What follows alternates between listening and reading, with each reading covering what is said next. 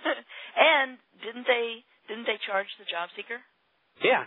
Oh yeah, you Yeah. could spend $8,000. Easily spend $8,000 with them and get nothing. Yeah, I've heard that. Yeah, it's awful. Unfortunately, when I was in the piano business and wanting to get out, they would post jobs. Piano They business? would, huh? Did you say piano business? Yeah, didn't you know that about me? I did. I don't know that our audience does. Okay. Yeah. Yeah, piano business. I sold pianos for 15 years. Oh, that's fantastic. I'm So sorry. that tells you what kind of qualifications you need to get into recruiting. That's right. When I was in the piano business and wanted out, I unfortunately handed them some of my hard-earned money and got nothing out of it. But it's because I applied to a job. I applied to a job at their company, and they sucked me out of about $1,200. Oh, ouch. Yeah. Okay. Lesson learned. All right. Yeah. If you get recruiting companies asking you for money, walk away. We get paid. Yep. We get paid to find you job. We get paid by our customers, by our client companies. Yeah.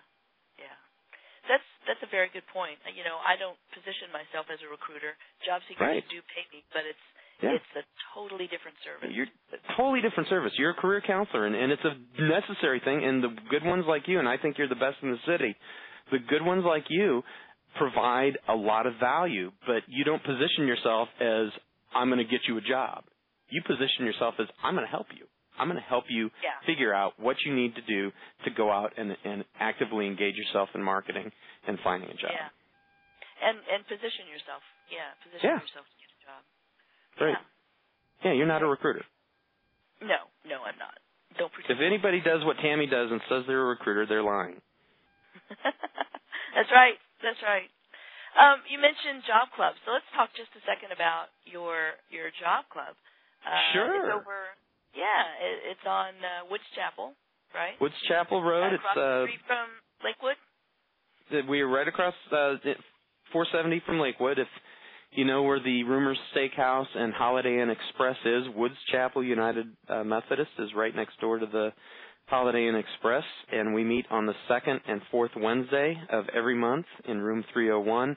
And if you're writing that feverishly down, you can quit. You can go to thatjobguy.com, and at the top of the site there's a link that says Looking for a Job, and if you click on that, it has complete details on our meetings. Can I pitch Crossroads Career real quick? Absolutely, yeah. Okay, so you said that I'm the founder of Crossroads Career at the beginning of the call, and I want to clarify I'm not the founder of Crossroads Career. Right, that's accurate. Crossroads Career Network is a national organization started by a gentleman named Brian Ray. He was actually in your business, Tammy, for a while, and he was in my business for a while.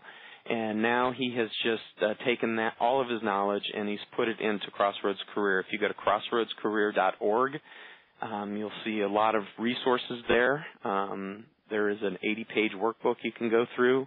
It certainly is not a replacement for a qualified career counselor such as Tammy, but it certainly is a good supplement for it. So go check out crossroadscareer.org, and then we meet every second and fourth Wednesday in Lee Summit at Woods Chapel United Methodist. We have a great time, and I'm just so blessed and thankful that we have great people that come, and it for me it's great. I love doing it. And for people who aren't familiar with job clubs, it's really a place that you can hear good speakers, listen to different points of view, and then also network and find out about opportunities that may not be listed publicly, right? Absolutely, and a lot of the job clubs have presence in groups on LinkedIn. We're no exception. And I see a lot of jobs that never get posted anywhere other than those job club groups on LinkedIn, so you definitely want to be connected to those. New Landings is another great one. They meet at the same time I do. So if you're on the Kansas side and don't feel like driving to Lee Summit every Wednesday, hit the New Landings group. There's a group in Olathe. There's a group up north. It's everywhere. There literally is a group meeting every day of the week, including Sunday now. Yeah, very good. Okay. Well, we've got about 10 minutes left on the call, and we do have a lot of questions that came in online. So let's tackle those questions like 30 seconds apiece, because we do have about 5 or 6 of those. Got it. Yeah. So Louis from Overland Park says, can you explain why it appears companies no longer invest in training qualified applicants, even though an individual meets the posting requirement? Oh, that's a good question. Yeah. I think part of it is a lack of resources. Companies everybody's got their belts really tight, and they don't have the money to send people out on a $5,000 or $6,000 training mission for a week. I think part of it is the abundance of resources that do fit and don't require training. Even if you do have the qualifications and wouldn't require the training, again, you're going to be up against 5 or 6 other people that probably are in the same boat. I see, yeah. So a lot of it is about the high unemployment and how many people are out there. Yep. Okay, good answer. And then Lucas from Lenexa says, Dave, numerous sources report that 50-plus age workers and highly compensated applicants should settle for less in terms of earning potential. What's your take on this? And I've got very strong views about this too, but go ahead and address that. 50 plus. Let's address that first. 50 plus is definitely a tougher demographic if you're looking. Part of the reason for that is as you get into the growth areas in the economy, they tend to be smaller companies, and smaller companies tend to be younger. And I don't know if it's overt, if it's just flat out discrimination, or if it's just, again, getting into the 30 to 50% of the hiring decisions are made on a personality style, and there's a difference in personality style between a 50-year-old and a 30-year-old, and I'm way closer to 50 than I am 30. So I think that is certainly in the market. It may not be as prevalent as some people perceive, but there's definitely some of it, and I think it's just because there's a lot of the growth in the economy is coming from the younger companies, which tend to be younger people. Highly compensated. Oof. I know people that have made, and I'm one of them. I've known people that have made 6-figure compensation levels for years up to 2007, and don't anymore, and that's just the reality of the market. Well, in my experience, what I've found with clients is that it really is all about how you position yourself as a rock star from the very beginning. And I have seen that employers that are willing to hire somebody are willing to pay you what you're worth. But you have to position yourself as being worth that amount. I agree with that. Yeah, if you go in with the idea of, I'll accept $20,000, $30,000 less, they'll they'll give you $30,000 less, and it's really hard to make that up. If you're 50 plus, you may never see that $30,000 a year more again. So I have really strong feelings about that if an employer is able to hire somebody, they're able to pay you what you're worth, but you have to show it. You have to show that you're worth that amount. Right. Also, 50 plus, in my experience, if you're looking for a senior level position, I have seen that ageism starts to happen around age 57 or 58.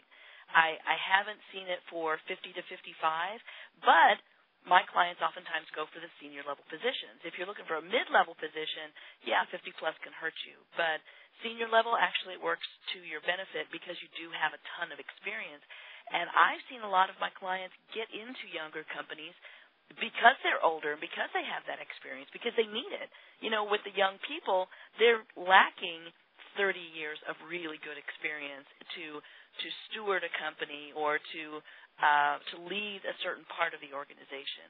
And I've seen that sometimes it works in their favor. That's a good point. And you got to understand, my view of the market is fairly myopic when it comes to IT, because I'm dealing with software engineers, and that's what I'm thinking is all these young startups, and they're hiring all these 25-year-old kids to come in and bang out a bunch of code. So I totally agree with what you're saying there. There's no question about that's going on. With that being said, I think that the number of opportunities in those categories is definitely down from 2006, 2007. Yeah, I agree. And you've just got to set yourself apart. You've got to be the one that they choose. And yep. if you can show that you are an investment and that investment's going to pay off 10, 20-fold, then they're willing to pay you those 6 figures. I agree. Yeah. And then I've got another question from Lewis in Lenexa. Dave, what about LinkedIn and other social media outlets for employment opportunities? Do you help your client establish a positive presence online? I certainly would be open to providing guidance on LinkedIn, for example. I like people that have a robust LinkedIn presence, and I think the more and more it becomes the accepted standard for professional social media, I think the more and more important it's going to be for the people that we market to have a good, robust LinkedIn presence. So if you go look at my LinkedIn presence, there's a lot of content there. And when it comes to social media, you have to remember that content is king. LinkedIn is not an online resume. It is a completely separate entity. It shouldn't be your resume cut and paste into an electronic form. What should it be? I think it should be something interesting. That I go back to my 8th grade English class. They say you have to grab your reader's attention at the beginning of the paper, and so you have to have something in the summary that's under your picture that compels somebody to read more. And so I'm very much into the personal style of writing. I think that the professional style of writing that you find in resumes is a little stuffy, I guess, for social media. And so I think that if you really author something that shows your personality, that is done in a more a less conservative style. And like I said, I'm not a very conservative person when it comes to much of anything.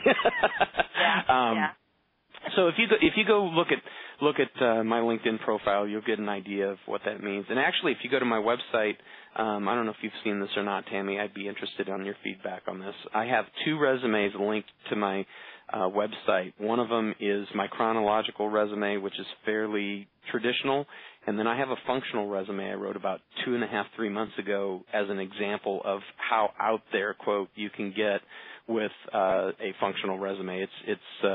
And it definitely